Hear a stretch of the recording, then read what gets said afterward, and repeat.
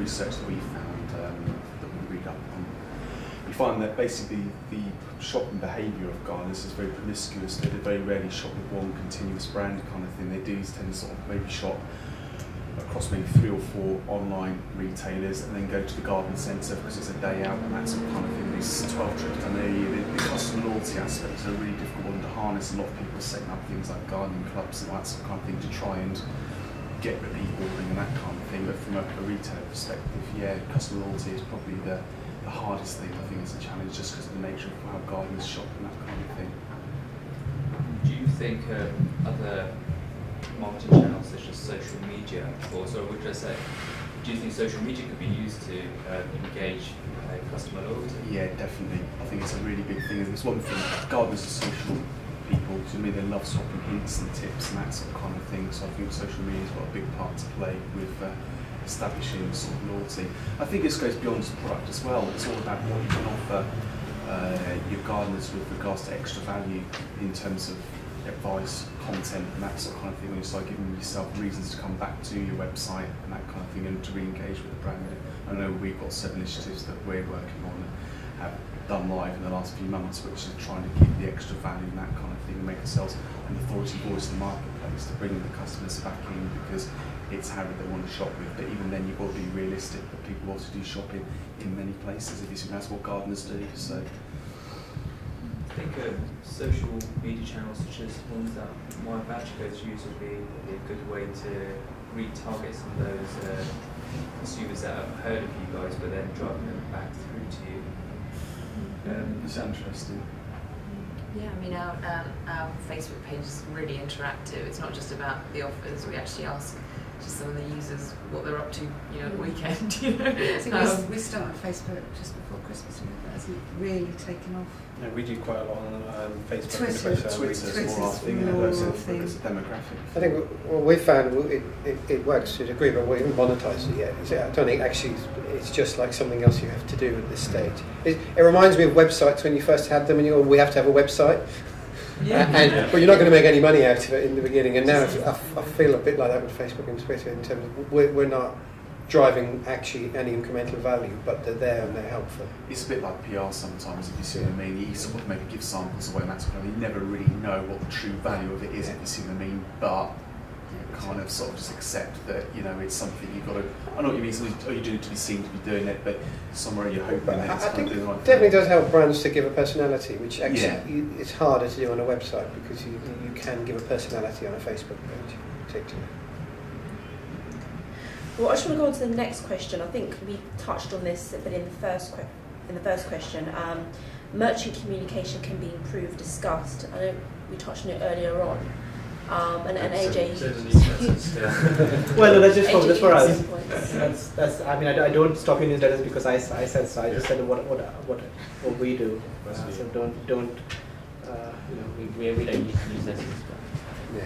It's like any form of marketing, right? It's never a one brush thing that suits everybody, if you see what I mean. Like, everyone wants different ways of being communicated to. So I don't know, because I've never, Linda's obviously close to our Webgains page, I don't work on a day-to-day level, but it's almost like when an affiliate's signing up with you, you almost want a feel they can plot about how they want to be your contact, what frequency, what kind of messages do they want to be targeted with, so that at least if you had a bit of a kind of feel for which affiliates wanted targeting in certain ways and stuff, you can at least tailor it to their needs, rather than thinking, right, one sort of size approach suits all kind of things. Quite clearly it doesn't. You see what I mean? You've got your reaction to what you just said, which is fair enough, that works for you.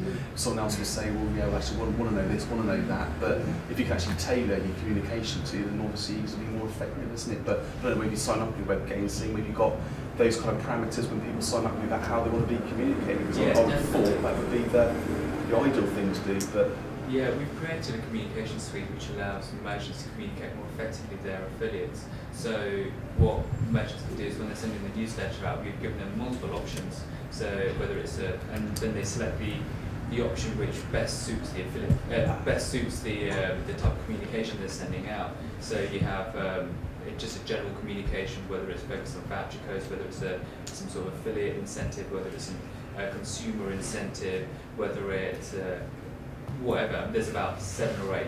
I think it's more the other way. We need the affiliates to tell us first the affiliates. How often they want to to hear from us? And what do you want to hear? When they sign up. Well, yeah, But, exactly. you know, yeah. None. Some people don't want to hear at all. If you delete newsletters, which I understand completely, but how do we communicate to you via a data feed? So we have a data feed, and it should be in the conversions. That's the main. That's our main. But then if we have a product we think will be successful and will convert higher, we can't push it up the data feed. It's just you're saying it's going to naturally convert. Yeah. Yeah. Yeah. That's it. Yeah. So our algorithm will We'll find it. find it and push See, it. when you have a sale, Webgains send us back. We get a call back from Webgains every time it's a sale. And each of our clicks has a unique ID on, so we know what sells, what doesn't sell. Yeah. So for each and every click that leaves our site has an ID, and every time it converts, and we get a direct call back from their API, Yeah. their site, and we know straight away that it's converted. But so say I think there's a product that for some reason I think should be working on your site and isn't. That's just because you've decided, you've looked at the algorithms and it's not getting served and it's not converted. In our case, yes. Yeah. Is it the same with Twinger? It is. Yeah. So there isn't really, you just data, Well, you take the data some and you work the cases, data. like with Harrod, we Yeah. don't actually import their data feed, but Right. we have a few links on a few pages which for very specific products, because they have very specific products, raised beds and things like that. But so in that case, it's different. But for where we make most of our money, where we have more directs data feed, we come in and we see which of their products sell, and that appears higher up the list than others. And for us, we consider it on a higher basket value, because with seeds, unfortunately, you've got it's smaller basket size, smaller order size. Yeah. So we put less effort on. Whereas with if we can sell a ride-on lawnmower and make £100 in commissions, Understand that. It's better for us. I think from an affiliate's perspective as well, our communication centre works quite effectively because they can categorise what communications they want to receive from a merchant. So they can say, okay, if they're a batch code affiliate, they don't want to know anything else about any other types of communications that a merchant may have selected, then they can unsubscribe themselves from that type of communication. So the option is there to do all that, so they wouldn't get unnecessary emails. So it's down to the affiliate to go to the program and say, right, how they want to be communicated with, what sort of communication they'd like to receive. So, but then it's down to the affiliate to do that. Some affiliates do it, some affiliates don't. It's entirely down to the affiliate and their preferences. But from having worked with these guys here and a lot of other affiliates as well, different affiliates want different things within the newsletter. AJ sort of deletes all of his emails, whereas some other affiliates want to keep all of their emails and they file them away, and they take certain content out of that newsletter and put it on their site. Things like voucher codes that are in there, or key selling items, or any content that you may have provided, or any predefined copy that you want them to use. If that's in the email, then they could take that and then pop it straight onto their site. So it's the newsletter itself. I think it's very difficult to try and tailor it to meet everyone's needs, or to meet just a specific affiliate's needs. But if you put all the relevant information in there, such as the key selling products, information about the program itself, copy for the affiliates to use, links to key parts of the site that are doing well, just a reminder of the commissions that are being offered, and if you're using third-party applications such as easy content units, then those are the things that affiliates will pick up from that email. I think in your example, how will you get my attention? Which is, so I give you a very non-answer. Is that it's like it was very specific to me. Said, look, you did £50,000 of sales for me last year.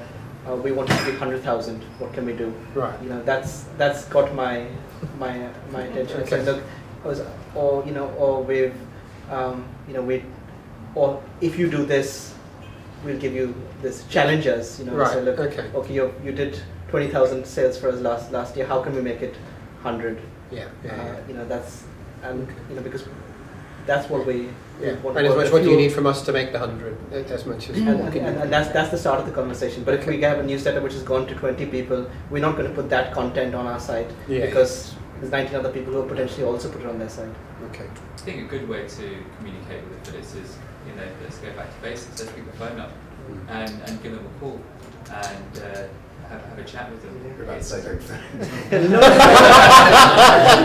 He deletes all voicemails. And like Ajay says, you know, if you want them to go from doing say 10,000 in commissions to 20,000, that's going to be the easiest way to get their attention. You know, and you tell them exactly what you're going to give them, what bounties there for them, and then just discuss with them, you know, what they need, whether it's a high commission, whether it's content, whether it's products, whether it's, you know, a ski trip to, I don't know, the Alps, I don't know, wherever. You know, it's opening those, it's just having that discussion with them to see, you know, what they can do to get to the revenue levels you want them to, and then providing them with whatever they need to get them to that stage. If we are doing well for you, we'd like to hear about it. You know, so say we actually make an impact on More Direct's bottom line. You know, tell us that we're doing it, and then, you know, we work close because we want to work closely with the people whose business we're impacting. If we think, you know, with B&Q we're making hardly any dent in their sales, but if we can actually make a dent in Harrod or your More Direct's, you know, sales, then and you tell us that, you know, it motivates us that, yeah, we can actually do something closer and better for you. Yeah, before we came with you in December, we had the in-house affiliate program, and it was very much communication on the phone all the time. Everybody wanted content, banners, recommended products, all the time. That's all what they wanted, and it seems with programs seems to be more the other way. Nobody wants contact. I think there are affiliates there who sometimes shy away from being contacted, and that's fine, you know, if they're generating a couple of sales a week or a month.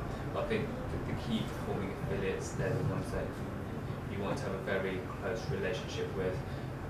They're driving the revenue on the program, or they're driving revenue for you, and it's, I think the best way to do it is in person.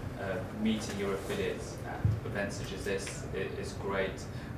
Meet it or at industry events such as the AFU event that's happening later on in the year, or the TFMA event that happened I think about a month ago in March, and sorry, at the start of March. Sorry, that will be a really good way to meet your existing affiliates, letting them know beforehand that you're going to be at these events and to contact you to maybe arrange appointments.